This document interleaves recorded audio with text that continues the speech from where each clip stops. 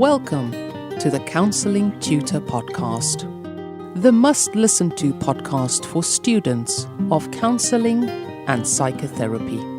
Here are your hosts, Rory Lees-Oakes and Ken Kelly. Hi, I'm Rory, and with me, as always, is Ken. How are you, Ken? I'm, at the time of this recording, very pleased to say, Rory, that I'm feeling in good health. My family are in good health, and I know that for some listening to this, it might be a troubling time. How are things in your circle, Rory? We're all, at the moment, safe and well and self-isolating is what we should be at times like this. But thank you for asking, Ken. Yes, everybody at Counselling Towers is safe and well. So this is a COVID-19 special edition of the Counselling Tutor Podcast. It's the second episode in the COVID specials that we are running to reflect the times that we find ourselves in with a world pandemic and isolation in most countries in the world. Today's episode will be highlighting some of the questions, issues, discussions that are happening on our Facebook page related to the pandemic that's going on at the moment. Our first topic is speaking about students who are now needing to, engage online with their learning institutions, with their colleges, with the universities, and how that is feeling to kind of go through that change to online as opposed to going into a class environment. Our second topic today is we're going to be looking about online supervision. It is an ethical requirement, certainly here in the UK, and I guess in most countries in the world, that a clinical practitioner, a counsellor, a psychotherapist in practice will need to take their casework to supervision. We can't do that in a face-to-face setting anymore. So how is that adapting to online?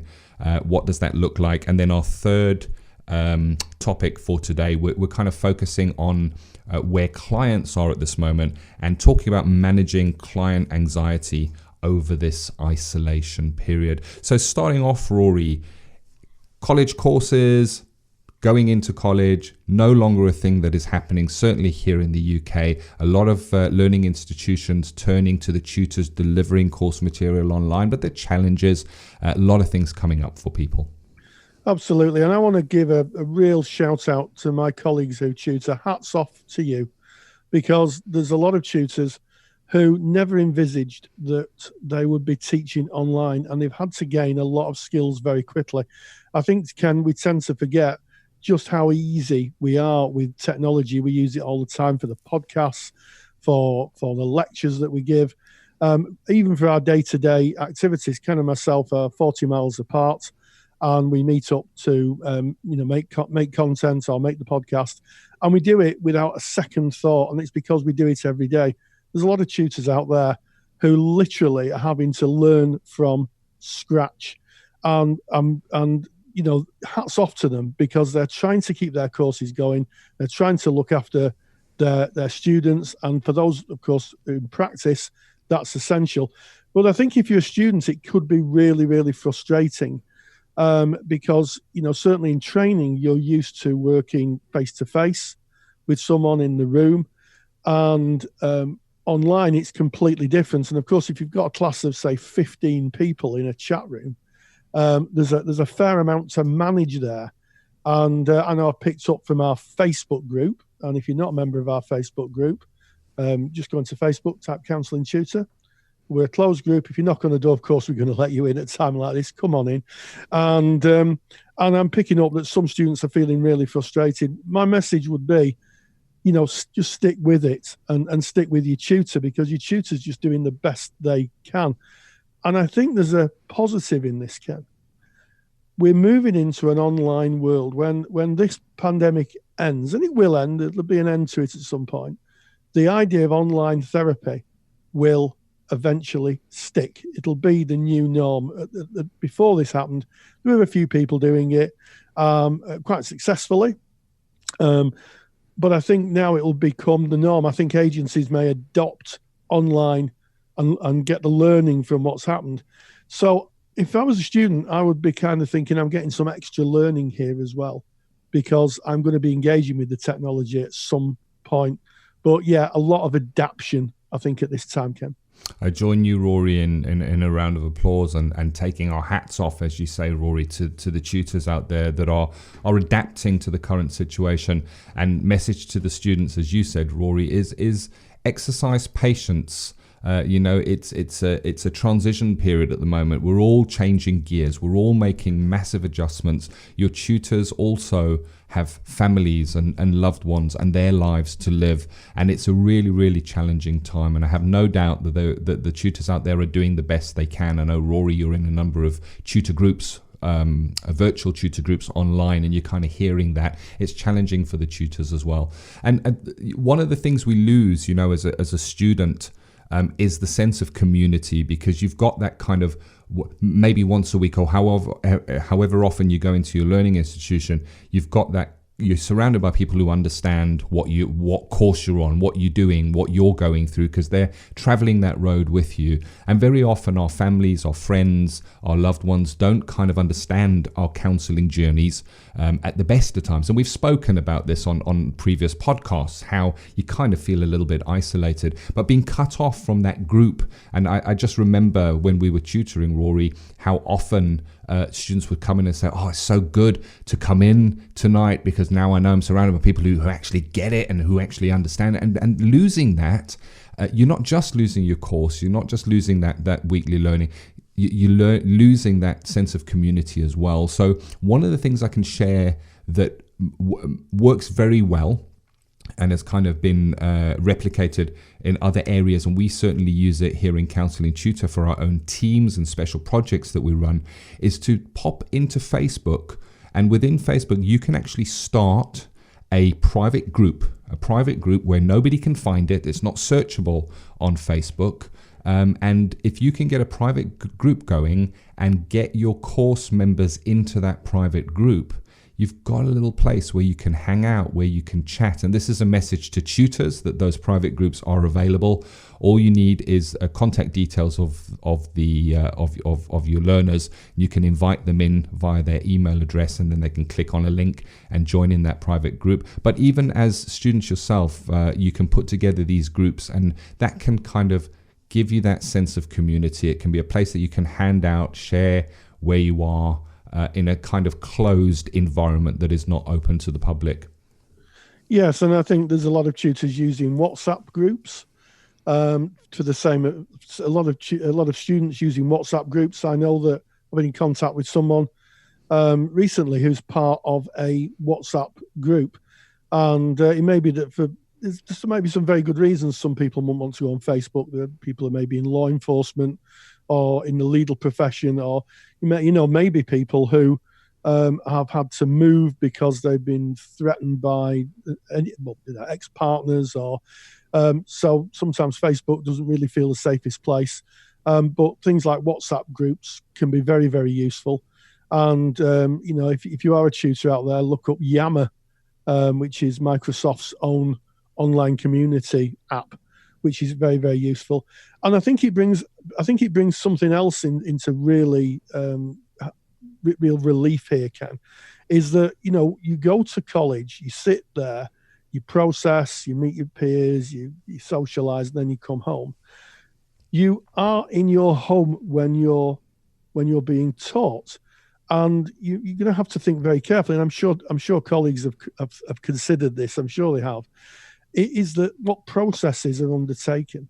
If you're learning something like 7 stages of process, or internal or external locus of evaluation for the first time, you may be sitting at home thinking, "Oh my goodness, this is something that's real in my relationship," and your family could be sat in the next room.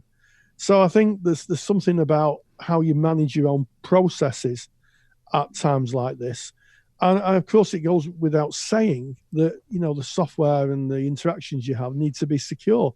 There is a general data protection regulation here in the UK, and in fact most of Europe, and in fact most of the world have got their own data protection legislation. So you need to be thoughtful of that. So it is very, very, very different, but I do believe that it will prepare students really, really well for the world to come, because I think the world of counselling is going to change dramatically after this pandemic has ceased. Such innovation that we are seeing at this time, where companies, individuals, organizations, charities are changing what they did and doing it differently to adapt to how it is at the moment. And through that innovation comes change, which you spoke about, Rory, right at the beginning. I just want to kind of just look at what you were speaking about, process, because one of the benefits of counseling training, and if you look back over our podcast, you're going to recognize that Rory and I always say that online counseling training is not a substitute for the face-to-face, because you get so much value in the face-to-face. But times are as they are right now, and we do need to adapt, and we need to modify our thinking to match what we're seeing at the moment. But one of the great benefits from that in-person training is the process groups, as you were saying, Rory, where you can kind of bring what's happening for you and hear that listened to empathically in a secure environment. And that's something else that has been lost, your PD group, your personal development group. And I guess one of the things that comes to mind for me is journaling. Journaling is a great way to process your thoughts and your feelings at a time like this, when you are in isolation, rather than them just swimming around in your head, going around in circles with you not having anybody to share those with. Take out your paper journal, your pen, your pencil, pop it down, start scribbling away, just put down whatever comes from you as a way of processing at this challenging time, processing in isolation. Yeah, and of course, security and safety are important here. There may be students who wouldn't want to have a diary that could be accessed by a partner. I know when I did my training many years ago, there was at least one peer on my course whose partner used her journal in a divorce case. I know Ken's wincing at the other end of the screen. Yeah, so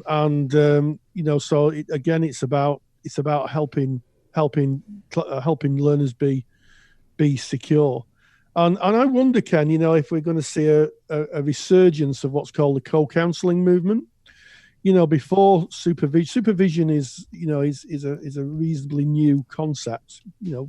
Back end of the 80s, I think, and before then, people would meet up with a therapist and just talk through what was going on for them. It wasn't particularly supervision as we know it, and it wasn't particularly personal therapy, but it was just a way of unloading. And I wonder if we'll see that co-counselling movement start to thrive and develop, where, you might get two therapists who just meet up and just chat and online about what's going on for them and gain some support. And it's amazing that a kind of an older idea may come back into prominence the longer this goes on. I agree with you. And I know, Rory, you and I chat often and share stuff that's going on for us. And of course, if you are engaging in, like, maybe speaking to a peer, a fellow counsellor about what's going on, and kind of using that in not as supervision but in a supervisory way to get kind of somebody you can bounce stuff off and reflect back. Just think to your contract that you have with your client. Make sure that you are covering where any kind of disclosure will happen there.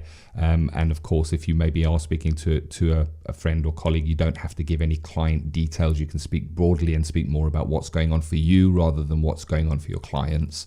But definitely very, very useful. And I guess it leads us very neatly on to our next topic, Rory, which is online supervision. It is. I had supervision this week with my supervisor.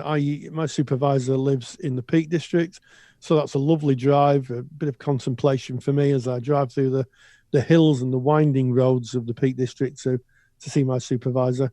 But this week it was very different. We met up online, and I had to teach my supervisor how to use the technology. I mean, she was already using Skype to talk to family and friends, but just to set up, we use Zoom here, which is very, very secure. So the thought there, of course, is security. Making sure that you use a secure platform to speak with your supervisor. It's the same principle as you'd use if you were doing online counselling with a client. And I have to say that I've worked with my supervisor for a lot of years, very experienced supervisor. But it was very, very different. And it was different for her because I've got a recording studio here at Counselling Towers, like Ken has. All the equipment set up, all the lighting, absolutely everything. And she was balancing an iPad on some cushions. So it was very different. Now I'm okay with that. That's fine. But it just brings me to the point is we're all going to have to adapt. And, you know, you need to work with your supervisor. And supervisors, I'm sure, don't need telling this, but they're probably going to have to work with their supervisees to allay kind of anxieties about supervising online, maybe help them with the technology, and still deliver that high quality supervision. And there may be supervisors who just can't operate the technology. There may be supervisors who just are not technological savvy. What do you do then? Is it a phone? Do you have supervision on the phone, which is fine, or do you think, well, perhaps my needs aren't being met? You know, I need to sit in front of someone, and you know, maybe you need to change your supervisor. So in supervision, there's lots of things that need to be considered. Not least, how do you pay your supervisor? You know, usually, I think that it's usually a cash transaction. It is certainly with my supervisor, and I get a receipt, and that's fine. But this time I had to set banking details up and make sure I got the right banking details and go onto my online banking so I could pay her. So there's, again, even in that aspect of our practice, a lot of changes, Ken. There are, and you've just touched on so many there, and the barrier for so many of those solutions that we can kind of key into now are an understanding of the technology. And you may be listening to this and have that thought that I've heard so many times from so many people, oh, I'm not really good with computers, or I'm not really good with technology. And I think at a time like this, we need to take that script and reevaluate it, look at it, the wording, I'm not very good with technology, I'm not very good with computers, and maybe look at how can we get something, how can we start kind of putting some attention into some continuing professional development. There you go, the words again, Rory, of how to empower yourself. And I use that word at the moment, empower, because that's exactly what this is.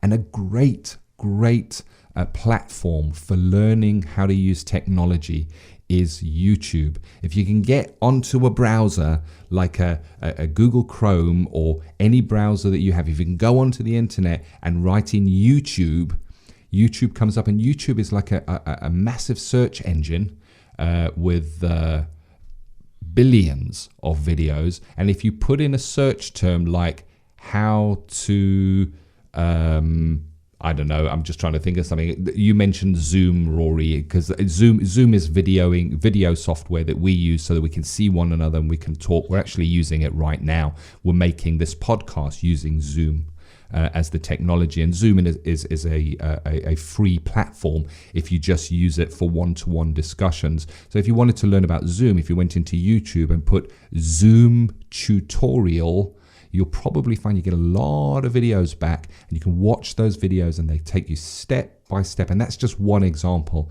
Whatever it is you're looking for, if it's technology based, YouTube is a great platform. Put in the search that you're looking for with the word tutorial, and you're almost guaranteed to get some kind of tutorials back. Can't vouch for the quality of all of them. You'll have to search through and maybe find one that speaks to your learning style, but it is a great place to brush up and empower ourselves at this difficult time during isolation. Yes, and I know that lots of people may have children at home, but there's time. You got time to do these things. So, after you've gone out for your shopping or your one exercise per day, why don't you set yourself a little bit of CPD to learn about the online world? If you're consuming this, you're already really there, aren't you? Because if you're listening to this podcast, you're already in the online world. So yes, it is different. And I would say to supervisors that managing supervisees' anxiety. I do a lot of online supervision, and I have to say that, well, in fact, all my supervision's online now. But when I'm speaking with colleagues that I'm supervising, helping them to understand the technology, and discussing it, bringing it into the room. It isn't, as my supervisor would say, it's an elephant in a room. And sometimes just saying, what's it like to work like this? What's it like to, be remote and not face to face, and explore that. And I think that's just such a useful dialoguing, because it can reduce anxiety, it can normalize the situation, and it can allow then for the business of supervision to carry on, which of course is always in the service of clients. 100%, and ethical requirements. Certainly here in the United Kingdom, we still need to be going and taking our client work to supervision. And the supervision is a great place to kind of parallel what's going on in practice. So may well be that you're not able to see your clients face to face. May well be that you're having to touch base with your clients via a digital medium, via the telephone, via email. And again, we implore that you do proper training on that, so that you've got the core competencies in place to be able to work that way. But you get to then go into supervision online and get to feel what that's like. So much is different online in terms of you can't really see all the visual cues that you might see in a face-to-face situation. Often when you're working online, even if you're working with video, you're just looking ostensibly at a passport photograph of the person. You're seeing their head and their shoulders. You can't see the rest of their body. And you'll know from working with clients, if you're in practice or placement, that so often we can tell so much from a client that is below the shoulders. They may be clenching their fists as they say something, or it may be just the way that they're sitting. We can kind of read things, and that is lost when you're online. So how is that for you if you are doing online supervision? You're taking your client work in. Do you feel heard? Do you feel understood? Are you able to bring it in the same way as you would face to face, and parallel that to how it might be for your clients in your practice? Yeah, absolutely can. And as I say, as this becomes the new norm, I think people will get used to it. But you're quite right. We're looking at passport pictures of each other across the studio monitors here. Ken's gurning like a 2-year-old. Pulling faces on my passport photo. and you can't see non-verbal cues. Kicking of legs, you just can't see. You can't see people's legs. So it is adapting, and I think the way that you work may be more kind of intuitive. You may ask, what's your body telling you about that? I would be doing that and saying, when you're speaking about this, are your legs moving? Are you, how does it feel? To try and get a really good picture of of the supervisee. But yeah, challenging times, and again, hats off to supervisors who are stepping up. My supervisor kind of went into this gung-ho and with relish. Oh, we're going to do this, and we're going to do this, Rory, and very, very enthusiastic. And I'm very grateful to her. She's supporting me in my work.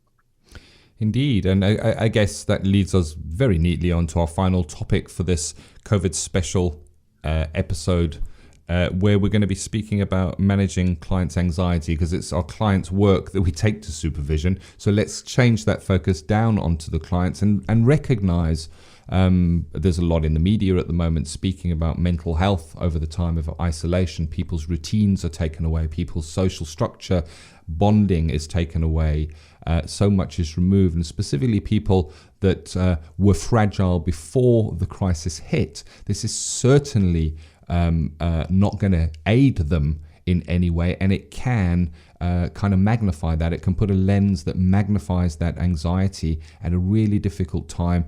As counsellors, as psychotherapists, if we're out there working with clients, even in placement position, we may be hearing this coming in, and we need to be mindful of how we work with the anxiety of the present day. Yes, and the projection of that anxiety. This is a unique situation in the world. We're literally all in the same boat. We're literally all in the same boat with this wretched virus, and of course, therapists are anxious. I'll be honest. My anxiety levels have raised since this outbreak, and I'm sure that is not abnormal for the world we live in. But I'll give you an example. I was talking to a colleague who was in an office just before everything was closed down, phoning the client and suggesting they had telephone counselling. And the client was really angry because he felt that face-to-face was the only way of dealing with his issue. And that anger was projected onto the therapist who kind of put the phone down and burst into tears. So we're going to dealing with a lot of projection, and it's compounded. You've got what's going on for someone in their life, which at the best of times can be really difficult for people. And then you've got this unusual situation where we're all locked down. I'm sure that there's going to be cases where people aren't getting on. I've got some friends who have separated and living under the same roof, and now they can't go out. And I'm sure that's going to lift anxiety. And also I think that therapists are going to meet the real existential reality, of people really worrying if they're going to catch this virus and what will happen to them. And I think this is an added element to what is already a challenging, it's being a therapist, it can be kind of challenging. So, what do we do to manage clients' anxiety at a time like this? And I'll be honest here. I've said to clients, I hear what you're saying and I feel the same. I think modeling is really important, making sure the client doesn't feel that they're on their own. And I've said to the client, well, I'm in the kind of higher at risk category. And I've got to be honest, I've got some anxiety about it, although I'm fitting well at the moment. And I think there's something about, not being seen as invulnerable, and just, as I said earlier, all being in it together, normalizing a very abnormal situation, really. 100%. And the presentations that you may see at the moment may seem, I guess, bigger than presentations that you might see. And I'm not kind of downplaying what kind of presentations we see as therapists, but we have a whole raft of people that are at the front line of this epidemic, our medical practitioners, our nurses and our doctors that are dealing with incredibly long shifts, that are dealing with multiple deaths, and they need somewhere to go with this. And you may well find that you're starting to get people coming in who've lost people in their families. We deal with grief. It's difficult to work with at the best of times. We need to be patient. We need to give time. But when in a situation like this, we may be having multiple presentations of people that have lost people around them. It is a really tricky time. And I think Rory called something out so well here is we are all human. This is something that affects every single person. We're all in this together and we can recognize that. But there are some things we need to watch out for. And because when presentations are coming in that kind of some way parallel what's going in our own lives, we have to be very clear of how we separate ourselves out from that and focus on what the client is bringing. And the other element, and I guess where do we go with that, is to supervision, our previous topic. It all kind of ties in, doesn't it? It's kind of a circle. And all of the systems that we're kind of covering today are strained in some way. And I guess the other thing we need to really be looking out for now is counter-transference in this situation, because things might be coming up within us that are triggered by what a client may say. A client may come in, they may be speaking about somebody that is ill or somebody that they may have lost, and we might be thinking about or be locked in one of our own family members who might be going through something similar. So it is tricky times looking at that transference, counter-transference, where our lives are in some way also paralleling what clients are bringing in. There has never been a time where there is a greater need, I believe, for counsellors and psychotherapists. As people are in isolation, as mental health could deteriorate, we're on that front line. We really are. We're on the front line, mental health front line. And there has never been a more important time for supervisors to be there for your supervisees for that will be coming in at this time. Oh, I couldn't agree more, Ken. And again, I think you picked up on a really interesting point. When we talk about projective identification, where, we feel that we are experiencing the client's anxiety in our own lives. So client could be going through a divorce. or a bereavement, and it's something we're going through. It doesn't happen all the time. I could see a number of clients, and maybe only one may have a presentation that is something that I've been through. Well, we're in this pandemic. Clients are going to be talking about, maybe real and rightly so, very worried about becoming ill or relatives becoming ill. And we're going through that at the same time. So that parallel process is continuous. It's absolute continuous, unless you're the sort of person who really isn't worried about this. In which case, I would say possibly you shouldn't be counselling or doing anything, because it is a very worrying time. And my prediction is that when this is over, we're going to see a huge amount of presentations around loss and bereavement. We're going to see a huge amount of presentations around health issues, life-limiting health issues. Post-traumatic stress, I suspect, is going to be an epidemic, and I don't want to frighten people, but certainly our frontline workers, and I'd like to take the opportunity, heartfelt thanks. Those frontline workers, the paramedics, the doctors, the nurses, police officers, fire officers, ambulances. I'm just trying to think of all the frontline workers, people who work in the shops. Yeah. That's front line. They're in the front line of this, and I know from friends that the amount of post-traumatic stress that's happening, it's incredible. There are people literally having breakdowns, going to sit in front of a till at the supermarket because they're literally taking their life in their hands. And I think when this is over, we're going to see a lot of post-traumatic stress, and I think we're going to see a lot of obsessive compulsive presentations where people have got into rituals such as hand washing and are very concerned about touching things. And I think that is going to be a huge presentation when this is over, because people are working in a stress response. So now more than ever, I think that counselling is going to be an essential part of it. So if you are practicing, be a student, be a qualified colleague, or even anyone who's helping people out there, big thank you to you, really. Here, really here, Rory. Just one last thing that I'd like to put in just on this topic, managing clients' anxiety or general working with clients. Actually, it's two things. One is self-care first. We need to look to ourselves. So if you feel that you are kind of impacted in a way that you would not be able to fully be there for a client, you need to maybe think about that, think about referral, think about how you might look after yourself first. You need to be robust and well to be able to be there for clients who may be potentially fragile. And then secondly, we speak about contracting so often in Counselling Tutor. It's a common thread. And here again, during these times, it is maybe an opportunity to revisit your contract and maybe mention something about COVID-19. You can remove it as soon as this pandemic has passed over, and it will pass over, as Rory has said. But how would you react, or how would you act, if you as the counsellor developed symptoms? Would you still be able to be there for your clients while going through that? Well, I guess the right thing is no. You should be pulling out and looking after your own health. But it's a good idea to mention that in your contract, and vice versa. How would you work if your client started to show symptoms? What would your contract say within that situation?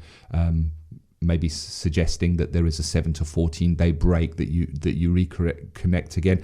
And I this is a horrible things to say, but I guess there are millions of counsellors around the world, and tens of millions of clients that are engaging in counselling. There's going to be clients that die.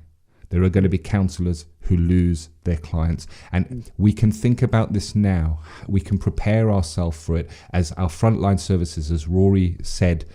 Many of our frontline services are witnessing death on a daily basis, mass death on a daily basis. And I think we need to prepare ourselves as well as frontline mental health workers, in a way, being there for people's emotional stability during this time. How do we make ourselves robust? Supervision, looking to self, creating networks with your peers, having a chat with them, journaling what you're feeling in a safe way that can't be felt. These are some of the topics, some of the suggestions from this episode. Absolutely. And living wills, yes, we may lose clients, I think that's inevitable, but also therapists may become ill and not able to work. So have you got a plan in place to move your client load to another therapist? And I think buddying up, having a co-counselling colleague and making sure that your client knows what will happen if you become ill, I think is really, really important. And living wills are now a kind of an ethical requirement. So yes, we need to prepare ourselves, and also I think that we need to be realistic. I see a lot of people wanting to do volunteering, and I'll help this way and I'll help that way. You need to look after yourself as well. Don't underestimate the kind of impact that hearing difficult stories, one after the other, can have on you. You need to take a break, and you need to, if you're working on the phone or online or in a kind of mental health capacity, if you can, and I know it's not always easy, but you need to really set aside just some time for you to decompress, or you will just burn out.